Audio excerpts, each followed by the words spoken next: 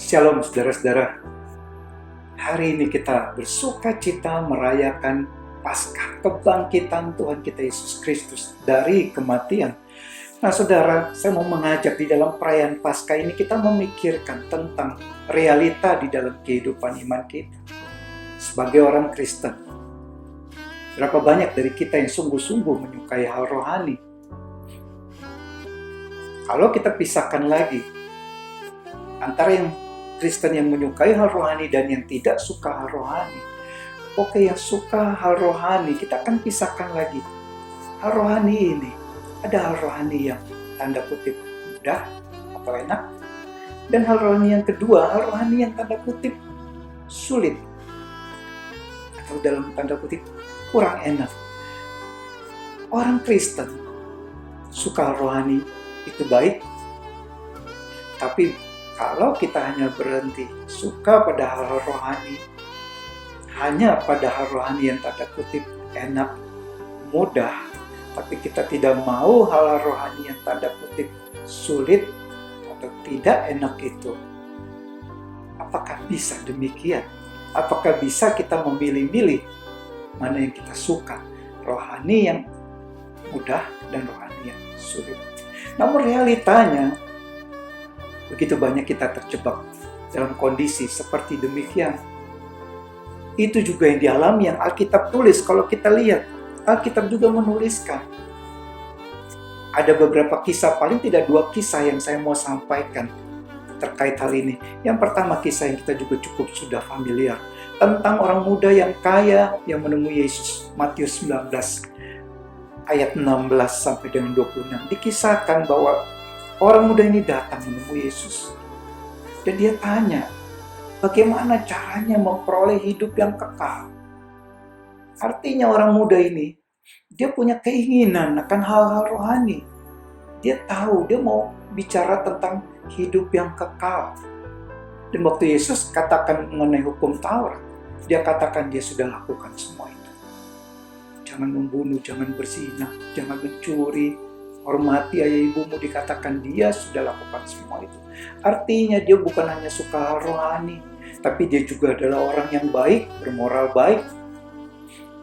Tapi begitu hal rohani itu menjadi sulit, Yesus katakan, kalau gitu kau sekarang pulang, jual hartamu, bagikan kepada orang miskin, datang kemari ikut aku. Alkitab menulis, orang itu pergi dengan sedih karena banyak harta. Artinya dia suka hal rohani, tapi begitu hal rohani itu menjadi sulit, menjadi menuntut dia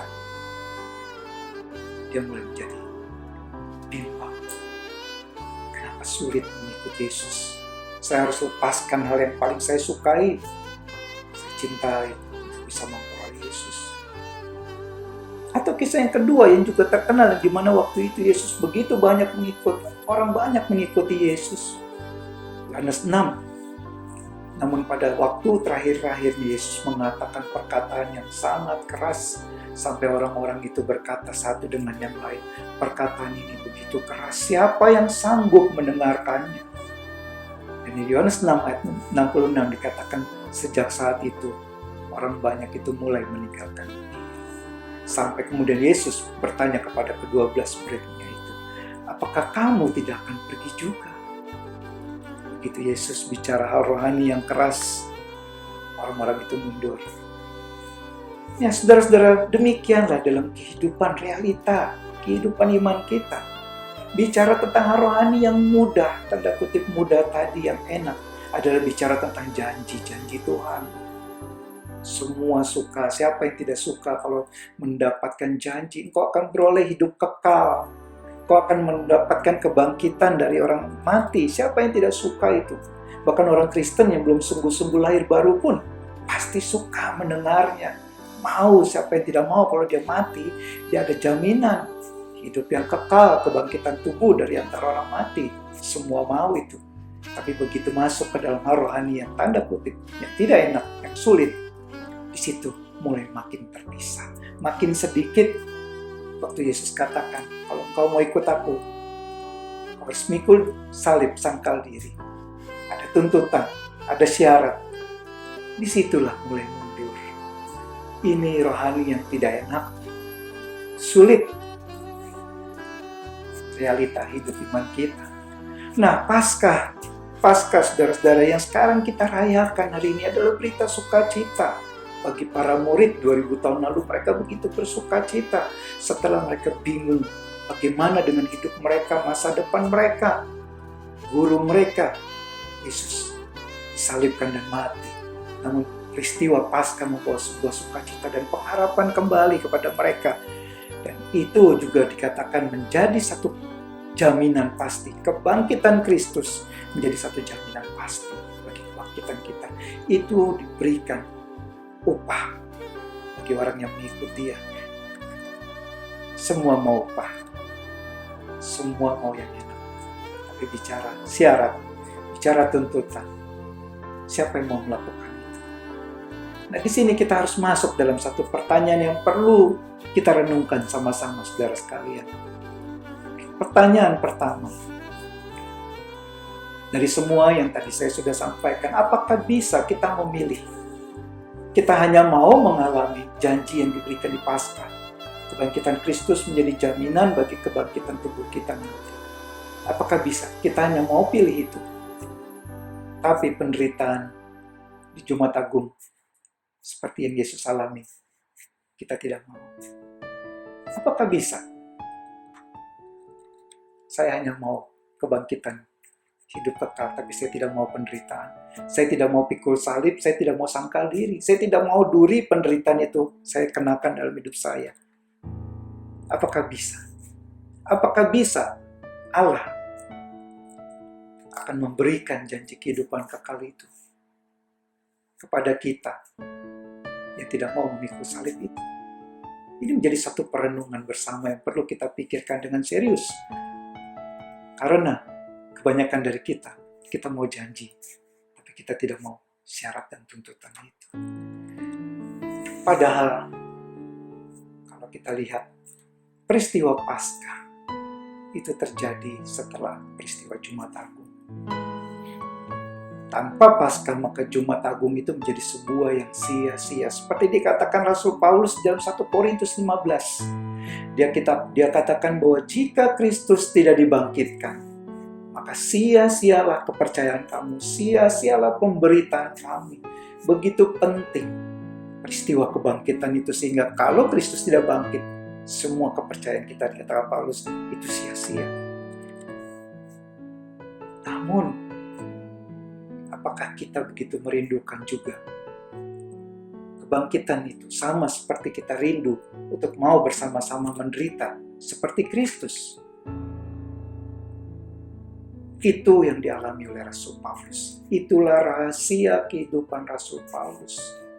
Dia bukan hanya mau mengejar janji kehidupan kekal, tapi syarat tuntutan ikut Yesus, menderita, sangkal diri, pikul salib, itu Paulus juga mau lakukan. Itu menjadi rahasia betapa kuasa Paulus dalam pelayanannya begitu dahsyat. Mari kita akan baca Filipi 3 ayat 10 sampai dengan 11. Filipi 3 ayat 10 sampai dengan 11. Yang kukehendaki ialah mengenal Dia dan kuasa kebangkitannya dan persekutuan dalam penderitaannya, di mana aku menjadi serupa dengan Dia, dengan Kristus dalam kematiannya. Supaya apa? Supaya aku akhirnya beroleh kebangkitan dari antara orang mati. Di sini jelas, saudara-saudara sekalian, Paulus tahu ada kuasa kebangkitan Kristus. Dan dia inginkan kuasa kebangkitan Kristus itu. Yang kukehendaki ialah mengenal Dia dan kuasa kebangkitannya. Namun dia tidak stop di situ. Dia katakan, dan persekutuan dalam penderitaannya.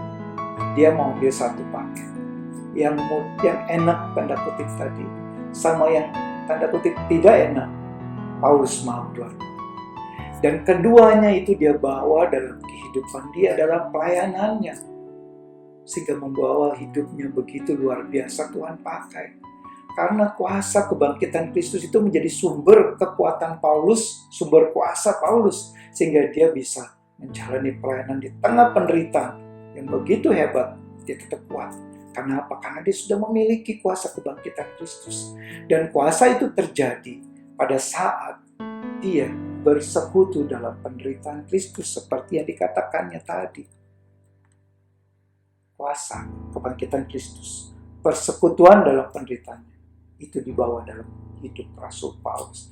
Dan pengharapan akan kebangkitan itu yang di ayat 11, itu jadi satu pengharapan yang membuat dia tetap kuat, bahkan mungkin sampai di titik dia nyaris kehilangan pengharapan.